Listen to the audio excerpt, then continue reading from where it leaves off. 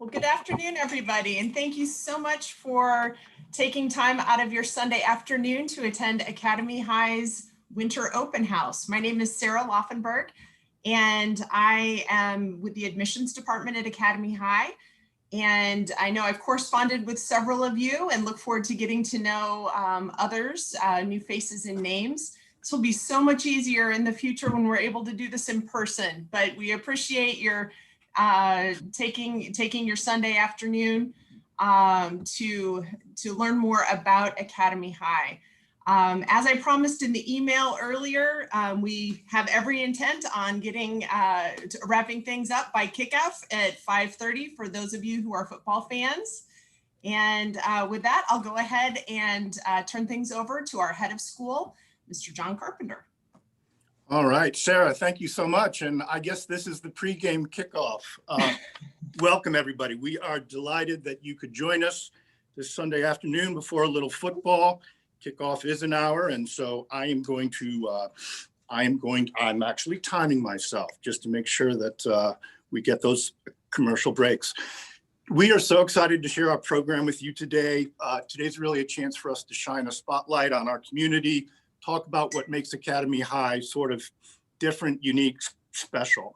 And I always say admissions is such an exciting part of school life for me, because really it's often the first time that we get to meet people, families who are going to become dear friends over time. So welcome to you all. Brief overview for today. We're going to give you a broad overview of our program, a few facts, etc. We are going to send you this PowerPoint after this evening's open house, so you don't need to take notes. You can just sit back and enjoy. Let me start, and actually, Sarah, if I could have you go up to slide number 2.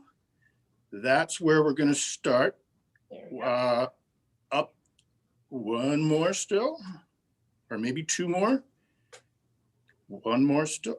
Next one.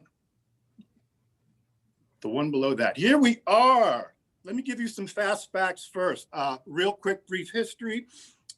Academy High is the first secular independent high school in Champaign, Urbana, which is a remarkable achievement in and of itself. First opened in 2017, and the school really was founded by a group of visionary families who were looking for another alternative for their children, and really being very future focused, something innovative, something 21st century, really all the things that educators have been talking about the last 21 years. We started with 9 freshmen, just a freshman class, our brave pioneers. We've added a grade each year, and so this is the first year that we have all 4 grades in the building. We've got our first senior class, and we are looking forward to celebrating all of their good news with college admissions. And in fact, we already have some spectacular news. We're going to be meeting one of our soon-to-be college freshmen later on in this presentation. You're also going to hear from our teachers. You'll have a chance to hear a parent perspective, and I purposely saved the students for last because they are the real experts. Of course, they live and breathe our program every day. Facts at a glance. Again, you can see how our enrollment really has grown. We're at 60 this year, including a fully enrolled freshman class of 19, which is really exciting. I think that speaks to the growing awareness and interest. Small class sizes, teacher-student ratios, and an incredible faculty. That is a brag point that I am incredibly proud of. 100% of our faculty hold advanced degrees. They are not only experts in their field, but they're passionate about working with this particular age group. As far as where we draw from, you can see that we draw from a number of towns, 11 different towns, 23 feeder schools.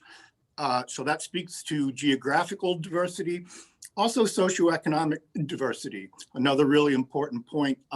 We have a program index tuition in which tuition is adjusted based on the family's ability to pay. Fully half of our families are able to take advantage of that. And In 2022, we're going to be in a brand new building. We are looking around town as we speak. I'll share with you that Research Park is emerging as an area that we're particularly attracted to. Next slide, Sarah. Here's a snapshot of where our students come from. You can see that it's a really nice mix of private, public, parochial.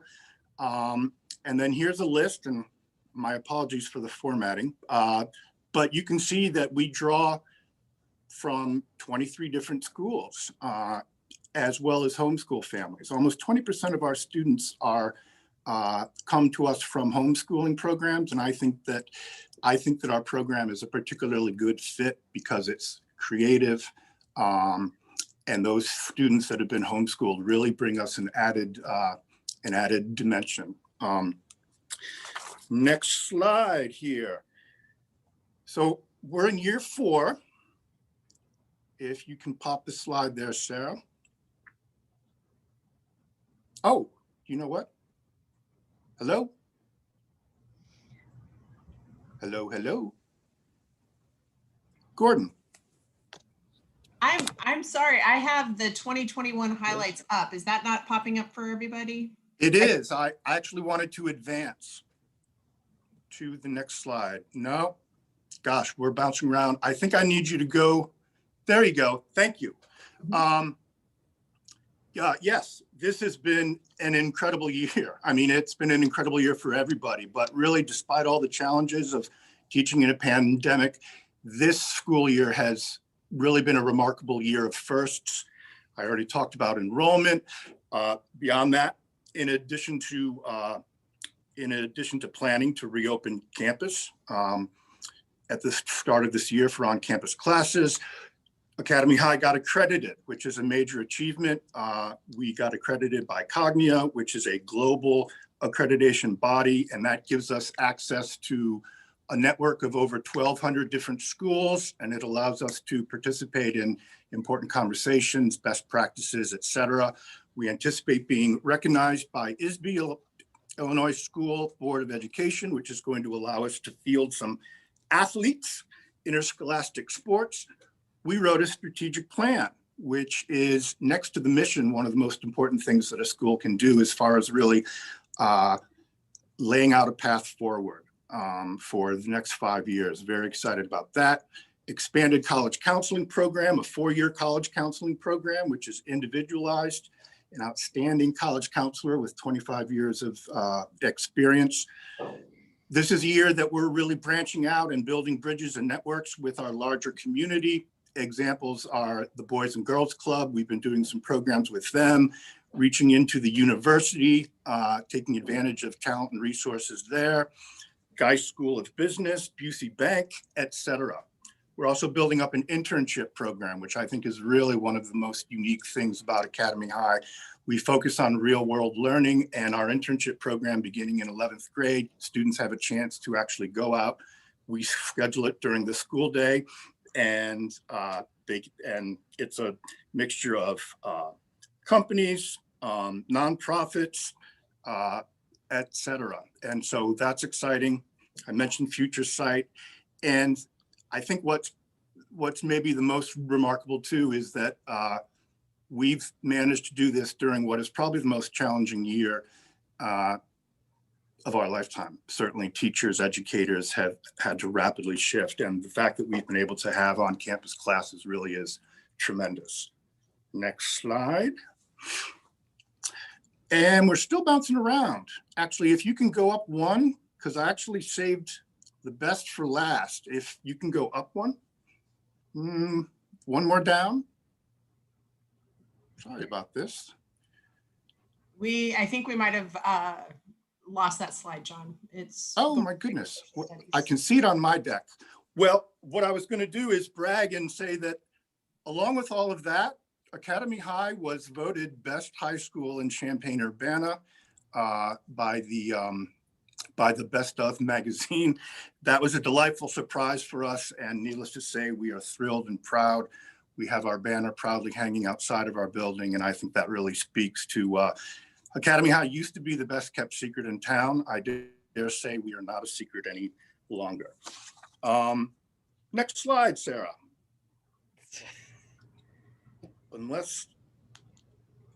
Sorry, folks, unless they aren't there, what I'm going to do, actually, since we seem to be having an issue with our Google Slides, is I'm just going to preview what you're going to hear from our teachers.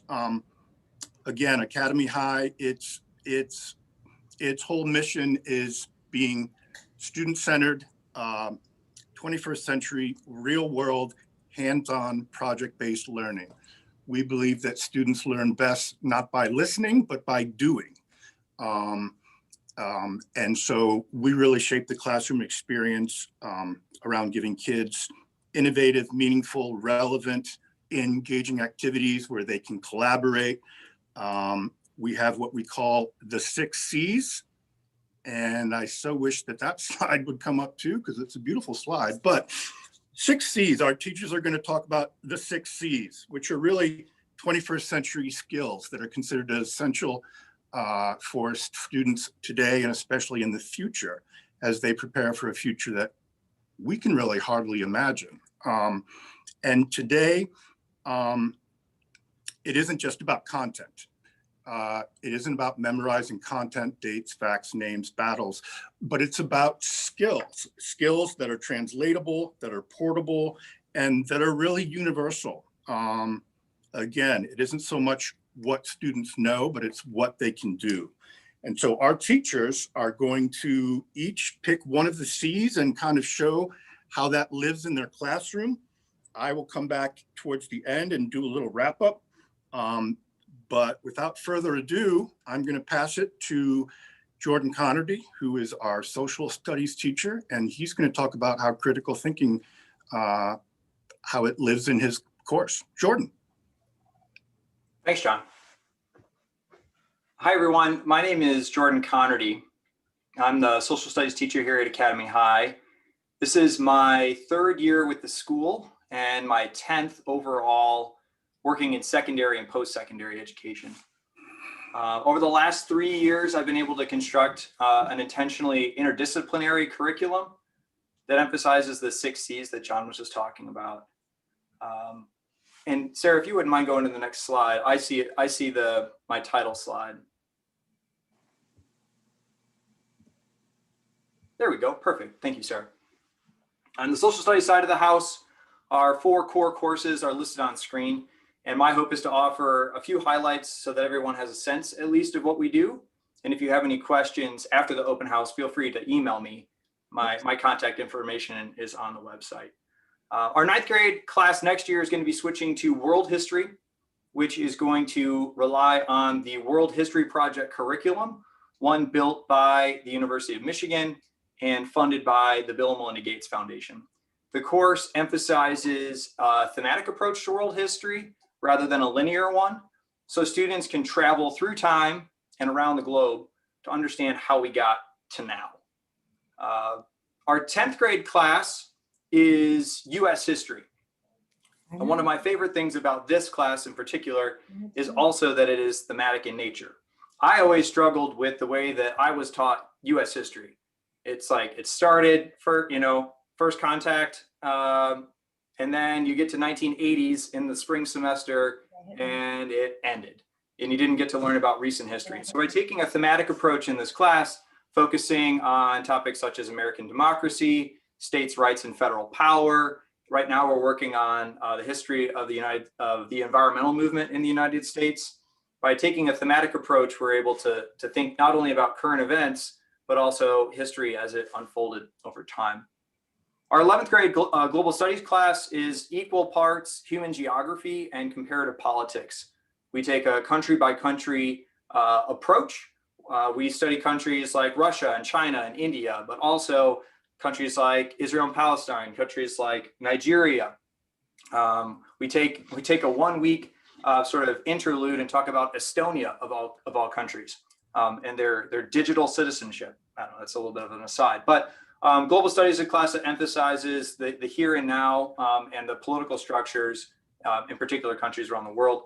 Our 12th grade environmental studies class is co-taught by myself and our science faculty person who will share a little bit more, I'm sure, about the class when we get there. But the class is meant to bridge the gap between the social studies and the sciences. So at the same time where we're studying environmental science, we're also studying perhaps political structures, or we're studying history, or we're worried about economics, or we're bringing philosophy in.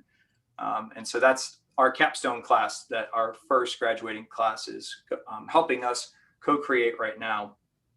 All of these classes engage different types of materials, many that students get to choose throughout the class, whether or not they want to bring a podcast in, or if they want to bring a graphic novel in, or focusing on monographs, or even doing some mapping projects. All of this points us very clearly. I mean, I'm supposed to be highlighting critical thinking, which I'm more than happy to do. And a succinct place to do this is in our Headline Wednesday module, I guess, if you would call it. It's sort of an adjacent module to the social studies curriculum. Critical thinking comes through very clearly in our Headline Wednesday. We all come together for school-wide presentations from students across all 4 grades that highlight current events that connect to their units in social studies. So students are asked not only to read and summarize articles of their choice, but also to analyze logic, authority, bias, and things of that sort. And then we draw out a school-wide conversation. And this is something that we wouldn't have never been able to do without, being forced to go remote through COVID. But it's something that's worked out very well for us. And through this critical thinking lens, through this Headline Wednesday module, students are able to not only have a sense of what's going on in the world, but how it perhaps ties to conversations we're having in class. And so there's plenty more to be said, and I'm happy to go on, but I'm not going to. If you have any questions, feel free to email me. And with that, I'll turn it over to Natasha Capel. Hi, everybody. I am Natasha Capel. I am the main science teacher at Academy High. I've been here since we opened our doors 4 years ago, and I've been a science teacher for, I'm going to say 15 years. I've kind of lost track at this point, at both high school and the college level. So the academic core courses that we have at Academy High, 9th graders all take biology, 10th graders take chemistry, 11th physics, and 12th is the environmental studies capstone that Mr. Connerty was talking about. We are introducing more academic modules as we are, well, it's based on the students. So I had a bunch of students this year that are going to go into STEM and engineering. And so we taught, or I taught, or actually we all learned together. We had advanced biology and advanced chemistry. And those 2 modules are really advanced electives for kids that are interested in the STEM fields. Anatomy and physiology based on interest is something that we are also planning on offering in the near future at Academy High. All of my classes are really based around the next generation science standards, which really focuses on phenomena-based learning, where the students are asking the questions, the students are driving the curriculum of the class. And it is, as Mr. Carpenter said earlier, I mean, it's the students doing the learning. It's not me standing in front of the class talking a lot. It's the students deciding on the labs they're going to run, asking questions that we're going to explore, analyzing data together. And so I've included a couple pictures on this page of, this is pre-COVID, of students in close proximity to one another, working on some labs that they've designed, also working together to construct models, and also doing a lot of presentations. The science embraces a lot of our 6 C's, but one that you will see, well, I think there are a few that you will see all the time, but my focus is going to be collaboration, because we really do work together. And it's not just the students working together. Mr. Connerty and I are teaching environmental studies for the first time this year together. And really the whole class and us are learning together. And it's a really great experience. Yeah, Sarah, you can go ahead to the next one. So I do want to talk about how we've actually managed to collaborate, even though we've been remote. And this was a challenge to me because I'm used to doing everything very hands-on, a lot of paper, a lot of cards, different types of activities that we do. But we have still conquered collaborative learning while being remote. And so we've done this by using interactive Jamboards. You see like the Post-it notes on the slide, but also our students have become masters in just the past week making, the audio is a little weird, making these interactive models together. So these are student constructed models. And the other thing I want to talk about with collaboration is that we do focus a lot on feedback. So not just feedback that I provide to students, but feedback that students provide each other. So when they do something like construct a model, they have the opportunity to look at each other's work to make constructive comments, and then go back and revise their work. So we emphasize that a lot in science. Go ahead, Sarah, we can go to the last one. Woo, Science Olympiad. So I know, I'm very excited about this slide. So, Academy High, we are small, but we are mighty. When we started with a freshman class of 9, those 9 tiny little freshmen went to the Regional Science Olympiad, competed as a varsity team, and everybody on that team came home with medals. Last year, in our 3rd year of Science Olympiad, we advanced to state, which was then canceled because of COVID, but we did advance. And this year we have so many students interested that we not only have a varsity, but we have a JV team. So, and that's with only, 60 students in the school. So, Academy High students, when they want to do something, we will find a way to make it happen. And I feel like our motto is like, just get it done. We will do it, make it work. That's us at Academy High. But anyways, if you have any other questions, I will be here at the end. If you want to talk about any of the course specifics, feel free to hang around. And I'll pass it on to Dr. Brown. Okay, thank you very much. Good afternoon. So I teach English and writing, and I would say, like Ms. Capel and most of the teachers, pretty much all of the C's, especially character and critical thinking, are also a part of English and writing classes. But I'm going to focus on communication and creativity, and feel free to click the next slide. So, right, English teachers are supposed, I've been teaching English for over 25 years. We're supposed to teach 4 skills, reading, writing, speaking, and listening, and comprehension of those various forms of communication. And it's also sort of a natural class and course for engendering creativity in students. For my dissertation, I had to study creativity, and a lot of the work on creativity since 1967 has really come out of Harvard's Project Zero, and so I've applied that to my classrooms for about the past 10 or 12 years. So I think we are starting to learn something about how to measure and also engender creativity. You can click the next slide. And so there's sort of a graphic that is straight out of a student's journal. And, it sounds like we're getting a little echo here. I don't know why. So right, again, in this course we focus on listening, speaking, reading, and writing. And in terms of reading, I tried to, over the course of the year, make sure that we learn something about the major genres of literature. So I usually start with short stories and poetry, and then right now the students are in the middle of reading dramas, and then we will shift to the novel in about a month. And we do focus on, almost like an AP course. Our writing is focused on analysis of that literature, but students also do engage in creative writing, poetry, and other essays. You can click to the next slide. Thank you. So this year, in fact, I'm brand new to Academy High. Came from the East Coast, DC and Fairfax County. And I have to say, I was very pleased to see, and one of the reasons, in fact, we came to Academy High and we brought our daughter here also, my daughter's a junior at the school, is that it does seem to be, besides one of the smallest, one of the most progressive schools, especially when it comes to actually walking the student-centered walk as opposed to just talking the talk. And so I was able to let students choose all of the readings. So every short story, every poem, all the dramas were all selected by students, and then it went through sort of a discussion period and democratic process. I'm pleased to say, without any violence.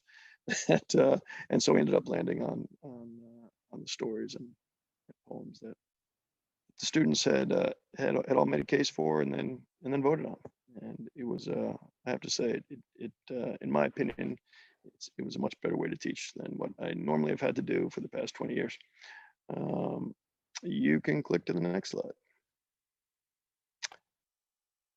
And they also get some choice in terms of what they write. So right now, juniors and seniors, pretty much all of their homework for this semester is directly related to a major project that they decided on. So If they're more inclined and have greater affinity for reading, they may do an author study or a genre study, and their project is mostly a reading project. If they are interested in, I have a couple of students who are writing collections of short stories and or poetry as their major projects. And yep, you can go ahead and click to the next slide. And these are just some examples of, again, straight out of a student journal. On the left side, I do teach, even though there are all kinds of programs now like Grammarly and Microsoft Word kind of, and Google Doc all have their, autocorrect and whatnot, but I still teach grammar. And so I teach grammar in a few ways. One, of course, through our reading, but also I pull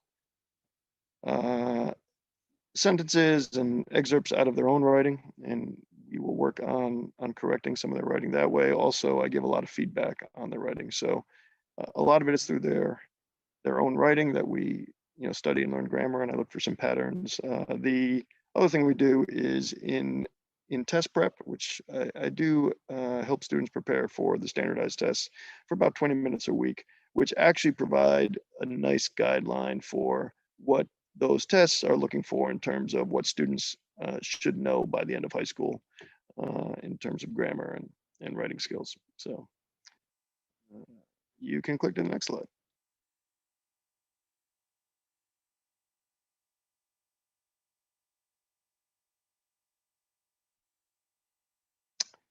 And the students right now are all, in fact, we should finish up in about a week presenting their e-portfolios, which is just an electronic portfolio. It's a website that we all created at the beginning of the year, and now they have some of their best pieces from English class as well as some of their other classes, and so we've been presenting those for the last couple of weeks. In 11th and 12th grade, the focus in writing class is really on college essays, getting recommendations from teachers. So 11th graders are going to start that next quarter, and then they'll be slightly ahead of where the seniors were come fall. And I think there might be one more, right? I don't know if any of you have, who are joining us tonight, have your children use Quizlet. It's a free program. In my household, if my son and daughter had teachers that did not use Quizlet, I made them make their own Quizlets. It's free. It's a great way to kind of store and learn vocabulary. And so I've had students create Quizlets, and we do some vocabulary work through those. I do grade a lot of their work. In fact, I would say at the beginning of the year, I always tell my students, I don't give fluff assignments. If I give an assignment, you will get feedback on it, and it will be graded. And so,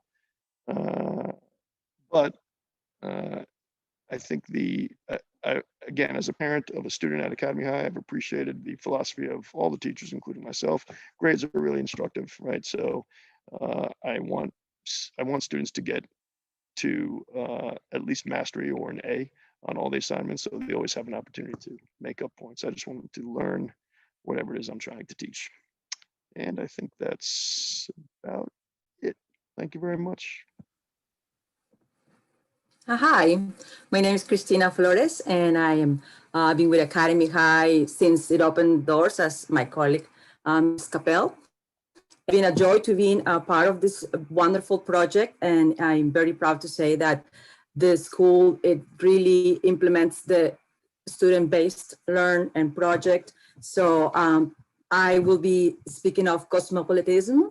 It's one of the 6 C's. Of course, in the Spanish class and language class, we kind of implement the 6 C's in pretty much all of curriculum, but I'm going to be concentrating on cosmopolitanism. Next slide, please.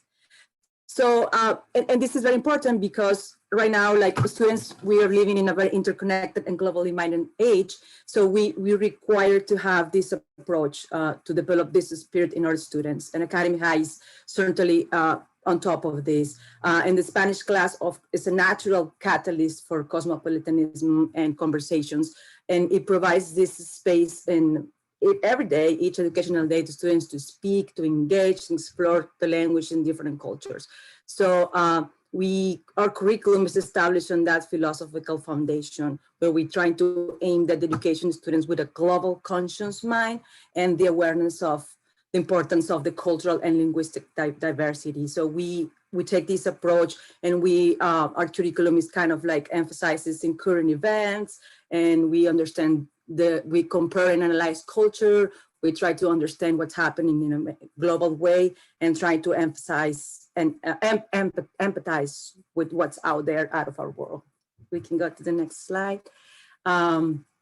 So since we are a project-based kind of approach, the language is kind of try to be learned in a more holistic way, where we try to take the interest of the students and focus or concentrate on that, and then find activities that find the students are interested, and they utilize the language in order to produce different pieces of work.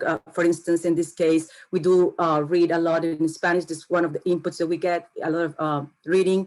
And so we discuss news from the Spanish-speaking countries, and the students write summaries of their news. And for instance, we have an example here where we were discussing about kind of focusing on the environment issues that we're presenting now as our society, and then trying to eliminate the use of plastic. So we kind of take the approach and implement different interdisciplinary subjects, but with the base of the language in mind.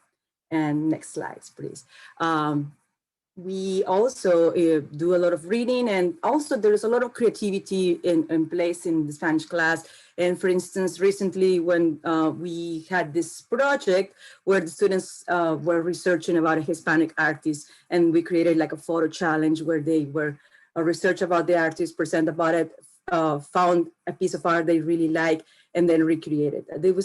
We did it right close when we started with the pandemic, and we started remotely. The students were very eager to work on this and enthusiastic. So the idea is to present a curriculum where the students are driven to learn and they keep the joy of learning. So in this case, they became a little bit expert, and they tried to recreate some of these portraits and beautiful art pieces. There are some samples there, and we could go to the next slides, I think. Yeah. So we do a lot of presentations, and we do learn about cultural facts about all the Spanish-speaking countries, and from different aspects, from just necessarily like the government, the economy, their cuisine. We also do a lot of hands-on, but because with the pandemic, we haven't been able to cook a lot, but we've done some research and creating some restaurants and logos and menus. But here you could see students, there are some samples of students investigating and researching based on their interest and some different topics, and educating their peers, and also collaborating in different projects where we all learn at the same time. So those are some of the cultural facts where we also kind of open their minds to global more understanding of what's happening outside. The next slide. Yeah, we, based on the cosmopolitanism, we try to kind of learn about about different costume, cultural, folklore, art, music, and here are some activities. There is sort of like a fusion with art in my class, so we try to incorporate the cultural aspect and the language and different activities. Like for instance, we kind of recreate some of the events. We kind of interpret some of the events and do some hands-on. Like here, some students when we learn about the Day of the Dead, so they kind of were recreating some skulls. We learn about different legends and myths and folklore. So we see that students are very engaged with those sculpting, painting, and trying to sort of like what we learn. We kind of end up the unit with some sort of like a project that students have the input interest, and so they suggest things based on what we learn. So basically that's it. So all the classes, Spanish classes, are basically taking the student-based project approach, and also a more holistic way of learning. Where we do a lot of communication. We kind of emphasize on the natural way of producing the language. First get the input and then start producing it, either by speaking or writing. And yeah, if you have any questions, you can find my email on the website. I will be more happy then to help you or assist you. Yeah, I will pass this to my colleague, and that's Ms. Chen. Hello, happy Chinese New Year. My name is Eileen, and this is my fourth year in Academy. In our Chinese classroom, our students think, work, and learn without boundaries. So since we know I'm going to focus on cosmopolitanism, so Chinese culture is required in the process of learning Chinese language, and Chinese language is learned when studying Chinese culture. So at Academy, this is a common way we develop our cosmopolitanism spirit. So that's okay. Let's focus on this slide first. Academy developed Chinese language through, the skill through 5 goals: communication, cultures, connections, comparisons, and communities. So it's basically our 5 goals in our Chinese program. And about the cosmopolitanism, students are expected to intensively practice Chinese in 3 modes: interpersonal, interpretive, and presentational. As you can see from this slide, they are expected to engage in conversations and provide and obtain information, express their emotion, feelings, and exchange their opinion and make presentations. So they also learn how to write and read and discuss a variety of topics. So the textbook we use is IC Chinese, which is very widely used in high-ranking high schools and colleges. So next slide, please. So since Chinese language and culture are closely intertwined, so students actually in Academy, students who choose Chinese as their foreign language are very strong motivated. So, and they enjoy learning new challenges, such as traveling to China. So just like our science teacher, Ms. Carpenter, said, if you still want to achieve a goal, if we think we can do it, we will do it. So before they go to China, they just need to apply what they need to learn from Academy.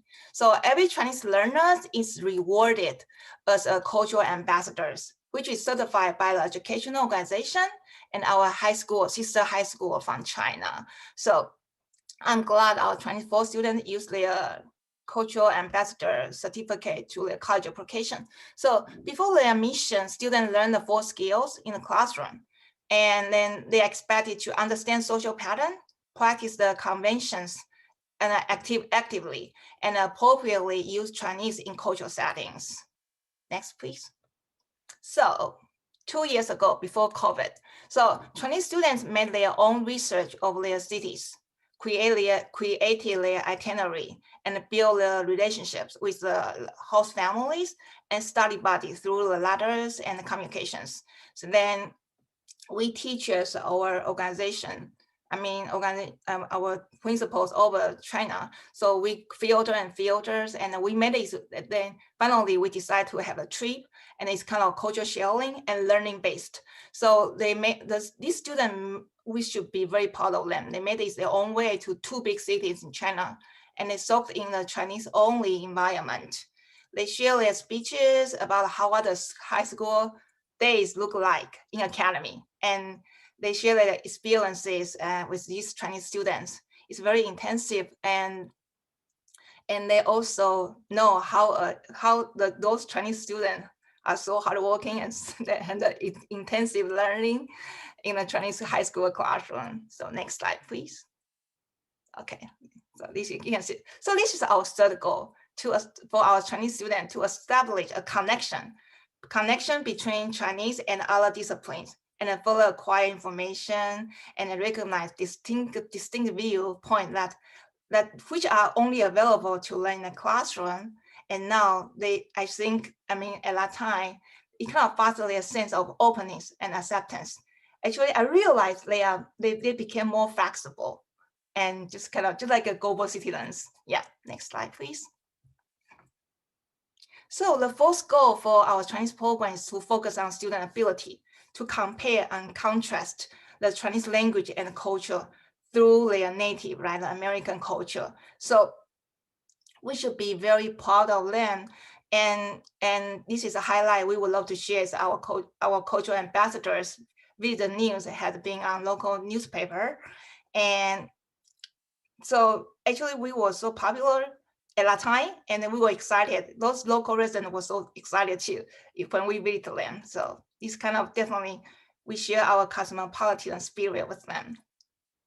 So next one, please.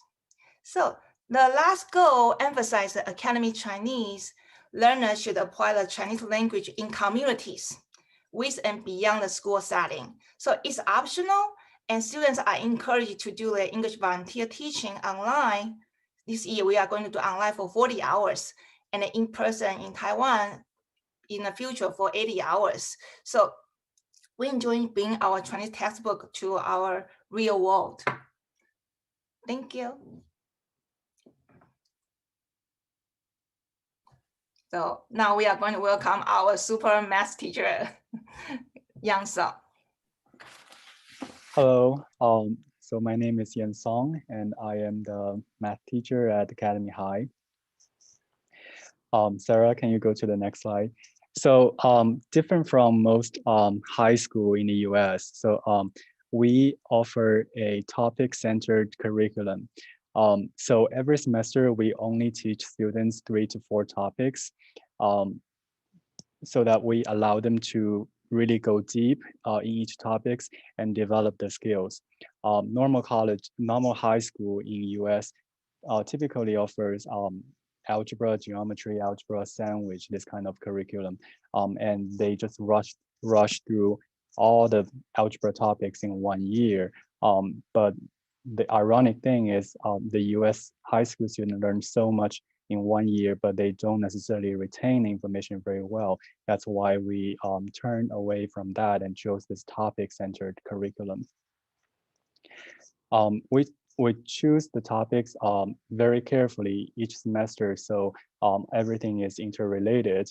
They're supposed to tell a coherent story, and we reveal all the concepts in a spiraling fashion.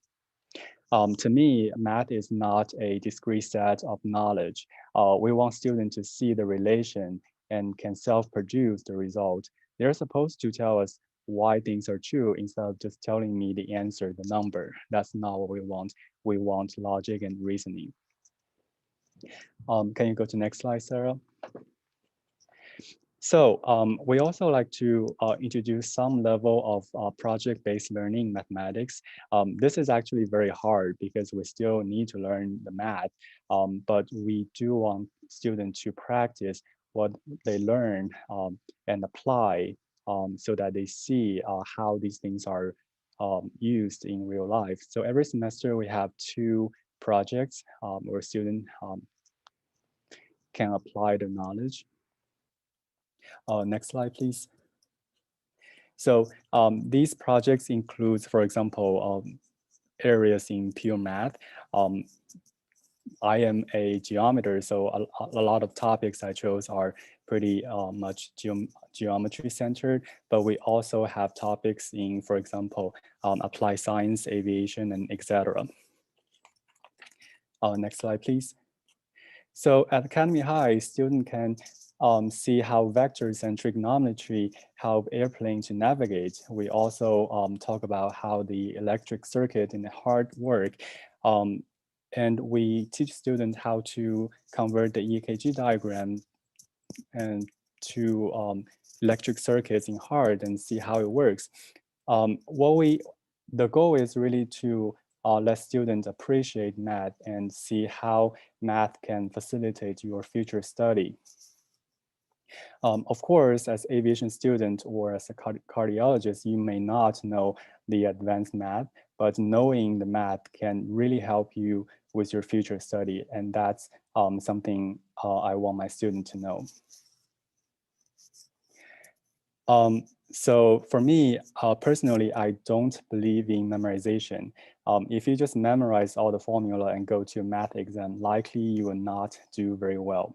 Again, math is not just about memorizing and producing numbers. Math is more about telling stories. And if you look at higher level math books, it's actually quite writing intensive. It's taking math class sometimes is very similar to taking an English class. So we really emphasize on mathematical writing and communication. So if you want to learn math well, how about making a poster to summarize everything and to teach your classmates? Or, Sarah, can you go to the next slide? Or maybe you can create some mathematical art to really understand the geometry behind things that we learn. And of course, my favorite part about Academy High is we work so close, and students collaborate on projects and homework all the time. And that I think that's also greatly benefits students in their learning in mathematics.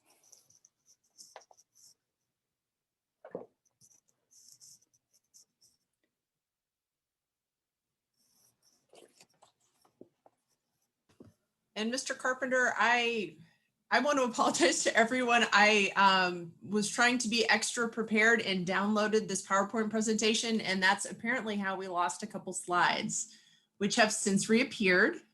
And so, Mr. Carpenter, if you'd like me to go back to here, especially.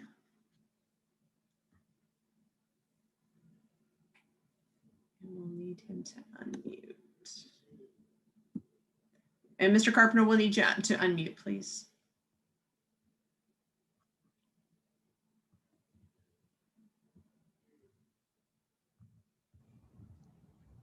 You're still muted, John.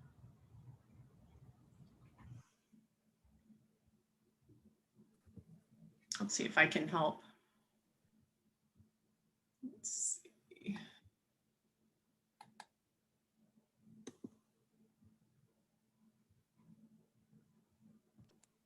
Can you hear me now? Yes. I'm sorry. I'm so sorry. I love technology. It keeps you on your toes. At any rate, coming full circle, this there's our 6 C's, which really is the heart of our program. Again, learning not through listening, but through doing, skills-based, real-world, hands-on. And with these skills, our students are going to be able to go off to college.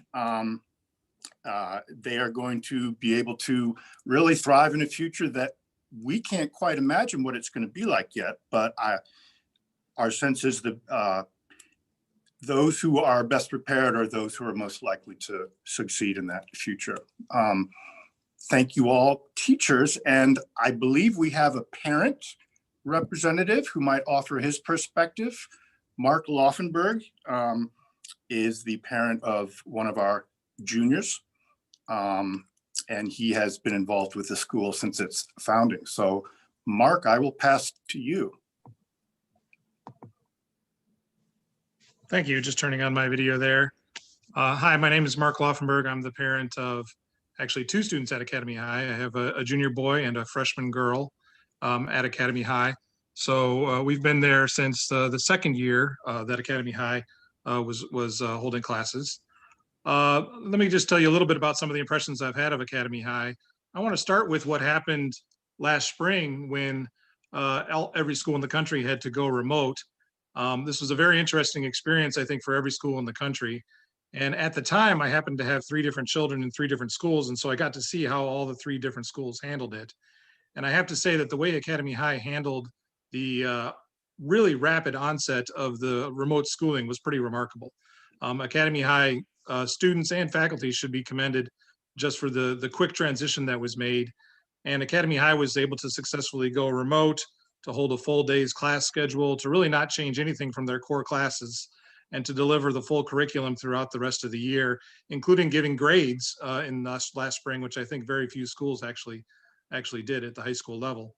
And so that was a very interesting experience for me as well, because I was able to see, having all 3 kids in the house on 3 different computers in 3 different rooms, there was always a lot more noise coming from the Academy High room than coming from the other rooms.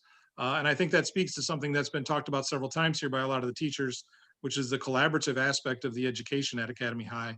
When we go out in the real world, all of us who are in the real world and have jobs in the real world, we know that nothing gets done by ourselves.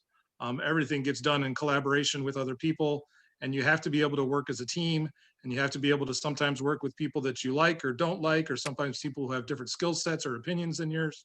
And so I think that's what really drives home to me, one of the major benefits of an Academy High education is this notion that all schoolwork should be collaborative, or at least as much as possible should be collaborative.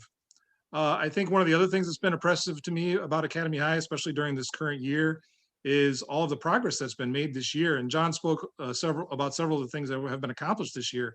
But the fact that, you know, in the middle of a pandemic, Academy High was able to write a strategic plan, was able to get fully accredited, was able to, you know, spin up a very robust college counseling program, which to my understanding has already successfully, you know, placed several Academy High students at some very impressive universities. And also to get pretty close now to ISBE recognition.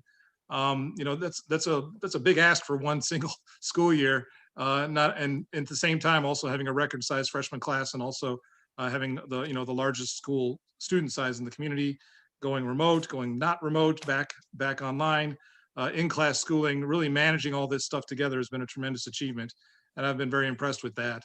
The other thing from a parent's perspective that I want to touch on is, and it was mentioned a little bit earlier, is this internship program, which is still, I would call, nascent. It's still trying to grow a lot. But I happen to work here in the research park at the University of Illinois for a software company. And my software company was fortunate enough to host two what are now presently Academy High seniors as summer interns for us a couple of summers ago. They had an interest in programming, and so we brought them in as interns. And it was a tremendous opportunity for those Academy High students to be able to work in a true software company environment. They wrote their own Python code over the course of the summer. This was very impressive. These were a couple of students who were in between their sophomore and junior year in high school, and they were able to write code for us. And we actually put some of that code out on our website so that our customers could use it when they're trying to help them try to learn our software as well. So I think it was a really interesting experience for my company. It was an interesting experience, certainly for the students. One of the upshots of that was one of those students actually requested that I write a letter of recommendation for him for college. So this sort of synergy, I think, really helps with the internship program. And obviously, I think once we get out of this COVID situation, that internship program is going to be a really crucial part of the Academy High education, and really provides the kids opportunities to do things that they wouldn't get at a lot of high schools, and opportunities to really pad their resume, to develop some impressive skills, and to make colleges, you know, make themselves more attractive to college admissions folks. So that's all I have from the parent perspective, of a couple of the highlights that we've had at Academy High. We've very much enjoyed being at Academy High and been very impressed with Academy High's growth and you know, the ability of the kids to basically chart their own course. Thank you, Mark, so much. I had promised that to save the best for last. And so our final speaker is one of our seniors, Colette Tishner. She was one of our pioneering freshmen, one of 9 students who bravely helped us start Academy High. And 4 years later, she is getting ready to go to college. And I'm going to embarrass her publicly by saying, not only is she our first college acceptance, but she has gotten into one of the finest programs in the country at Tulane University, early decision. And she is going to be doing biochem in their honors program. She was also awarded a leadership scholarship. And Colette, again, we are so proud of you. And I think your perspective 4 years later, when you look back on your journey at Academy High, would love to kind of hear your take. Again, students are the real experts of our program. So Colette, tell us about yourself.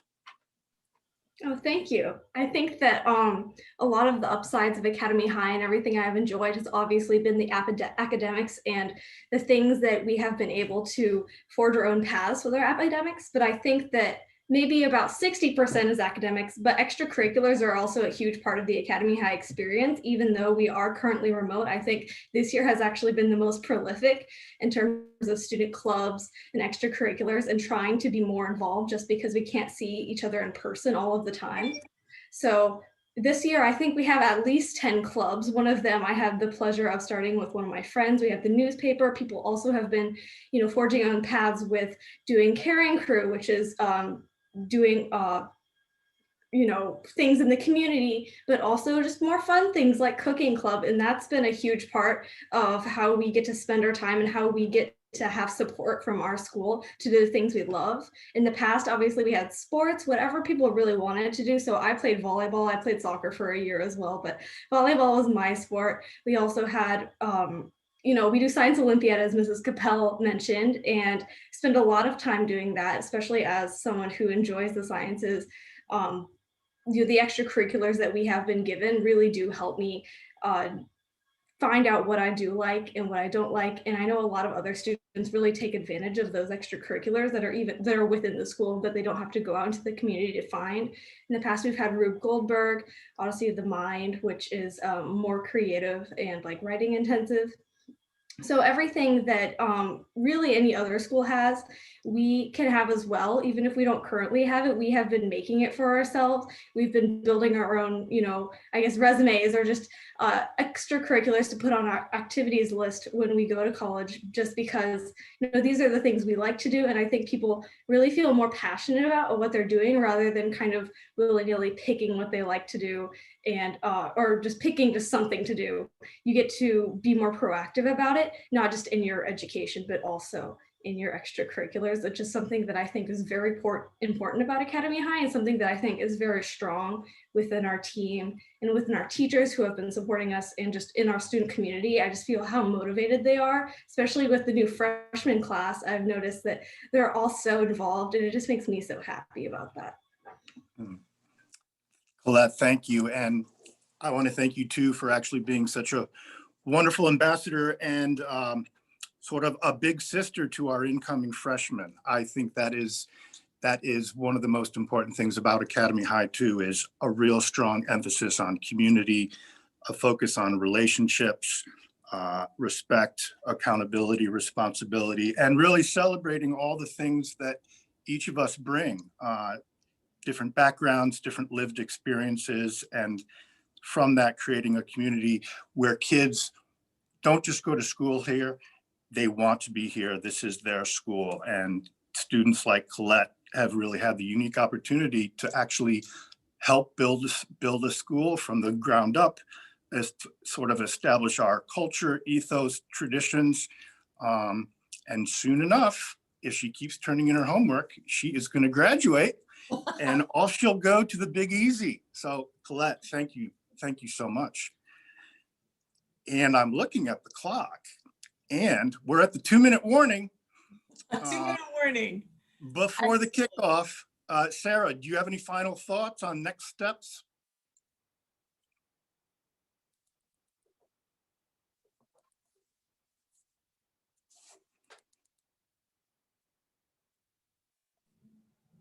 I really did hit it, but thank you. The second time was the charm.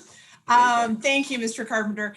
I did want to invite those who have not yet requested an application for Academy High. If you're interested, please do so on the website under our admissions page. We'll be happy to get that to you. My email address is admissions@academyhigh.org. So please don't hesitate to ask me any questions as you go through the process. Our deadline for round 1 for applications is March 1st. And so, this is the second year where we're coming very close, very quickly to being at capacity. So for full consideration, I do encourage you to try to make that deadline.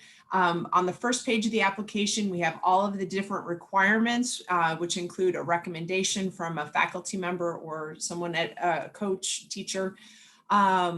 Also, I want to make clear that index tuition that Mr. Carpenter mentioned, that application is due as well by March 1st. It does not determine in any way whether or not you, it's not a consideration for admission, but we do need to have that information in so that we're able to proceed with offering contracts to students in mid-March.